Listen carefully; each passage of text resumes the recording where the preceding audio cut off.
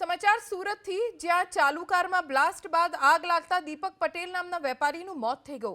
આપવા ગામના દીપક પટેલ નામના વ્યક્તિ કાર લે વેચનો ધંધો કરતા તેઓ સચિન મગદલ્લા રોડ પરથી પસાર થતા હતા। એ દરમિયાન જ કારમાં અચાનક બ્લાસ્ટ થયો અને પછી આગ લાગી। ઘટનાની જાણ થતા આસપાસના લોકો સ્થળે પહોંચ્યા। કારમાં ફસાયેલા દીપક પટેલને બચાવવાનો પણ પ્રયત્ન કર્યો, જો કે સ્થાનિકોને દીપક પટેલને બચાવવામાં સફળતા ન મળી। ચોંકાવનારી વાત તો એ છે કે જે કારમાં આગ લાગી એ કાર પેટ્રોલ કાર હતી।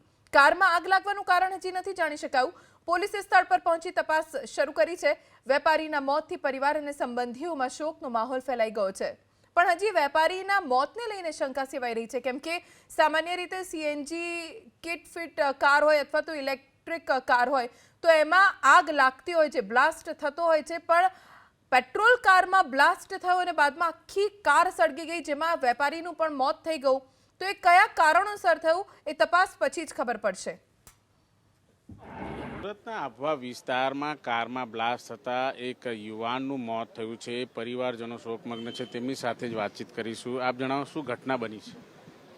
ઘટના લગભગ 1 વાગ્યાની આજુબાજુ બની ગઈ છે અને એ કંઈ મોબાઈલ ભૂલી ગયો ને મોબાઈલ લેવા માટે ઘરે બેક થતો હતો।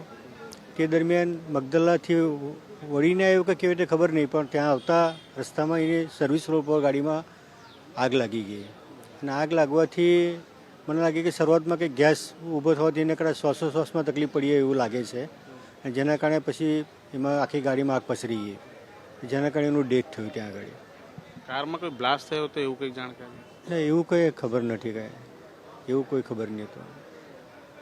કયા પ્રકારે પરિવારજનો છે શોકમગ્ન, કઈ રીતની શું ઘટના ઘટી હતી?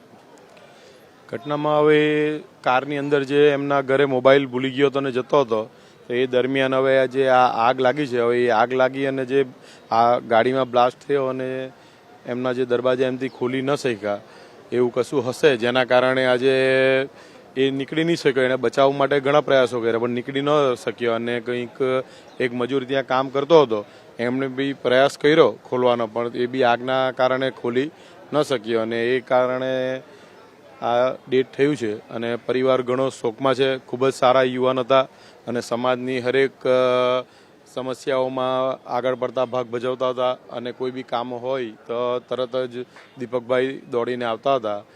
એમની ખોટ ઘણી સમાજને નડશે અને આજે બનાવ બન્યો એ ખરેખર દુઃખદ છે। એમના પરિવાર પણ આ હાદસાને ભૂલી ન શકશે। કઈ રીતની ઘટના છે, કઈ રીતે પરિવાર છે, ગામવાસીઓ આખા દુઃખી છે? અત્યારે તો કંઈ કહેવા લાયક છું નથી, પણ થોડુંક વાતો કરું કે આ જે ઘટના બની એની અંદર સિર્ફ અમને તો જાણવા જ મળ્યું છે કે કંઈ ગાડીની અંદર આગ લાગી હતી, કોઈ છોકરાઓએ ટ્રાય બી કર્યો, એને કાચ તોડ્યો પણ એનાથી નીકળાયું નહીં અને એ ગાડીમાં જ ભરતું થઈ ગયા। બસ બીજું તો એના સિવાય કશું કહેવાનું રહેતું નથી। મિત્ર વર્તુળો પણ શોકમગ્ન છે। કઈ રીતે દુઃખદ ઘટના, કઈ શું જાણવા મળ્યું છે? જાણવામાં તો અત્યારે અમે સ્થળ પર ગયા હતા, ખાલી ફક્ત કાર સળગેલી હતી અને હજી એની તપાસ થાય તો કંઈક કારણ મળે, બાકી આમ અત્યારે તપાસ થઈ નથી એટલે ખ્યાલ નથી। શું જાણવા મળ્યું પરિવારજનો તરફથી? પરિવારજનો તો હું મળ્યા નથી હજી, એટલે મને ખ્યાલ નથી, પણ યોગ્ય તપાસ થાય અને ન્યાયિક તપાસ થાય તો કંઈક જાણવા મળે એવું છે। બિલકુલ જોઈ શકો છો, અત્યારે નવી સિવિલ હોસ્પિટલ ખાતે મોટી સંખ્યામાં પરિવારજનો, તેમના મિત્ર વર્તુળ છે એ આવ્યા છે। જે પ્રમાણે માહિતી મળી રહી છે, ખૂબ જ હસમુખા અને મિલનસાર વ્યક્તિ હતા દીપક પટેલ, અને તેઓ કાર લે વેચનું કામ કરતા હતા એ પ્રમાણેની માહિતી મળી રહી છે। જો કે લોકોએ બચાવવાનો પ્રયાસ કર્યો હતો, પરંતુ આગ એટલી વિકરાળ હતી કે દીપકભાઈ અંદર જ કારની અંદર ભરતું થઈ ગયા હતા। પેટ્રોલ ગાડીમાં કેવી રીતે આગ લાગી તે એક સવાલ ઊભો થઈ રહ્યો છે। હાલ તો મૃતદેહને પીએમ અર્થે ખસેડવામાં આવ્યો છે અને તપાસના ધમધમાટ છે એ શરૂ કરી દેવામાં આવ્યા છે। દીપક પટેલનું મોત થતાં આખું ગામ છે એ હિપકે ચડ્યું છે।